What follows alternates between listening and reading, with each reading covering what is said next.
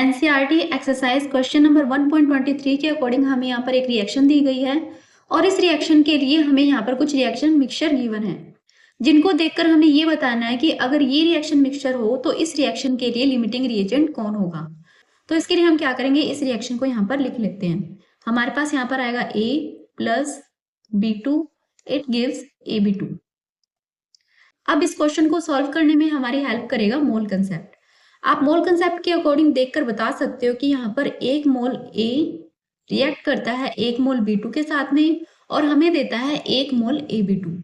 ऐसे ही आप मॉलिक्यूल के बारे में भी बता सकते हो। यहाँ पर A है वो एटम है और B2 एक मॉलिक्यूल है। इसका मतलब एक एटम ऑफ A रिएक्ट करता है एक मॉलिक्यूल ऑफ B2 के साथ में और ये हमें देता है एक मॉलिक्यूल ऑफ AB2। इसका मतलब है यहाँ पर क्या होगा, यहाँ पर जो रेशियो है वो हमेशा इक्वल रहेगा, चाहे आप यहाँ पर एटम ले लो, मॉलिक्यूल ले लो या फिर मोल ले लो।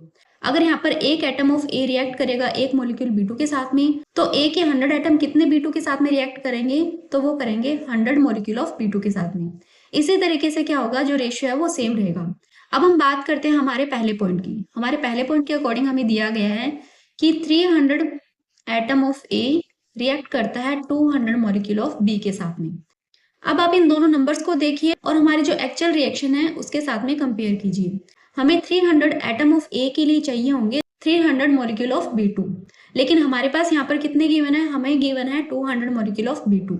इसका मतलब इस केमिकल रिएक्शन के अंदर जो ये B है वो क्या है, लिमिटिंग रिएजेंट है। तो हमारे पहले पॉइंट का जो आंसर आएगा वो आएगा जो B2 है वो क्या है, लिमिटिंग रिएजेंट है। इसके बाद हम बात करते हैं हमारे सेकंड पॉइंट की। सेकंड पॉइंट के अकॉर्डिंग हमें बोला गया है कि 2 मोल ए रिएक्ट करता है 3 मोल बी के साथ में। अभी हमने देखा था कि 1 मोल ए रिएक्ट करेगा 1 मोल B2 के साथ में, लेकिन हमारे सेकंड पॉइंट के अकॉर्डिंग बोला गया है कि जो ए है उसके हमने 2 मोल ले रखे हैं और जो बी है उसका हमने 3 मोल ले रखा है। तो अब आप इस एक्चुअल कंडीशन में देखिए, 1 मोल ए रिएक्ट करता है 1 मोल B2 के साथ में और हमें इस क्वेश्चन के अकॉर्डिंग बोला गया है कि 2 मोल A2 रिएक्ट करेंगे 3 मोल B2 के साथ में। तो इसका मतलब होता है कि 2 मोल ए रिएक्ट करेंगे 2 मोल B2 के साथ में, यानी कि इसके अंदर जो 1 मोल है वो एक्स्ट्रा है। या फिर आप यूं भी बोल सकते हो कि यहाँ पर जो ए है उसकी क्वांटिटी कम है और यहाँ पर ये जो ए है ये एक्ट करता है as a limiting reagent.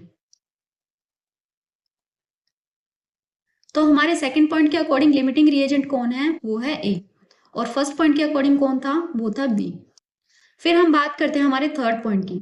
Third point के अकॉर्डिंग हमें बोला गया है 100 एटम ऑफ ए रिएक्ट करेंगे 100 मॉलिक्यूल ऑफ बी के साथ में। अभी जब हमने एक्चुअल कंडीशन देखी थी तो उसके अंदर देखा था कि 1 मोल ए रिएक्ट करता है 1 मोल B2 के साथ में, ऐसे ही एक एटम ए रिएक्ट करेगा 1 मॉलिक्यूल B2 के साथ में। और हमें थर्ड क्वेश्चन के अकॉर्डिंग गिवन है 100 एटम ऑफ ए रिएक्ट करेंगे 100 मॉलिक्यूल ऑफ B2 के साथ में।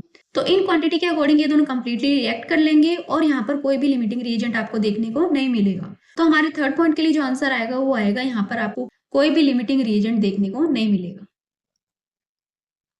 क्योंकि यहाँ पर A और B2 आपस में कंप्लीटली रिएक्ट कर रहे हैं। देन हम बात करते हैं हमारे फोर्थ पॉइंट की। फोर्थ पॉइंट के अकॉर्डिंग हमें बोला गया हमारे पास A के 5 मोल हैं और B के हमारे पास 2.5 मोल है। तो आप इन्हें देखकर काफी इजीली बता सकते हो कि जो B है उसकी क्वांटिटी कम है, इसका मतलब ये एक्ट करेगा एज ए लिमिटिंग रिएजेंट। तो हमारे फोर्थ पॉइंट के लिए जो आंसर आएगा वो आएगा B as a limiting reagent. Then हम बात करते हैं हमारे फिफ्थ पॉइंट की। फिफ्थ पॉइंट के अकॉर्डिंग हमें दिया गया है 2.5 मोल ऑफ A और ये रिएक्ट करेगा 5 मोल ऑफ B के साथ में।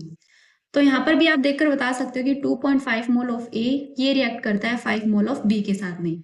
तो यहाँ पर आपको देखने से पता लग रहा है कि जो A है वो क्या है, एज अ लिमिटिंग रिएजेंट है। तो यहाँ पर जो आंसर आएगा वो आएगा A is a limiting reagent. तो हमारे फिफ्थ पॉइंट का आंसर आता है A। तो इस क्वेश्चन के अकॉर्डिंग हमारी फर्स्ट कंडीशन के अंदर जो लिमिटिंग रिएजेंट है वो है B, सेकंड कंडीशन के अकॉर्डिंग हमारा लिमिटिंग रिएजेंट A है और थर्ड कंडीशन के अकॉर्डिंग ये जो एटम और मॉलिक्यूल है वो कंप्लीटली रिएक्ट कर रहे हैं और यहाँ पर आपको कोई भी लिमिटिंग रिएजेंट देखने को नहीं मिलेगा। देन बात आती है फोर्थ पॉइंट की। फोर्थ पॉइंट के अंदर आपको B लिमिटिंग रिएजेंट देखने को मिलेगा और फिफ्थ पॉइंट के अंदर आपको A लिमिटिंग रिएजेंट देखने को मिलेगा।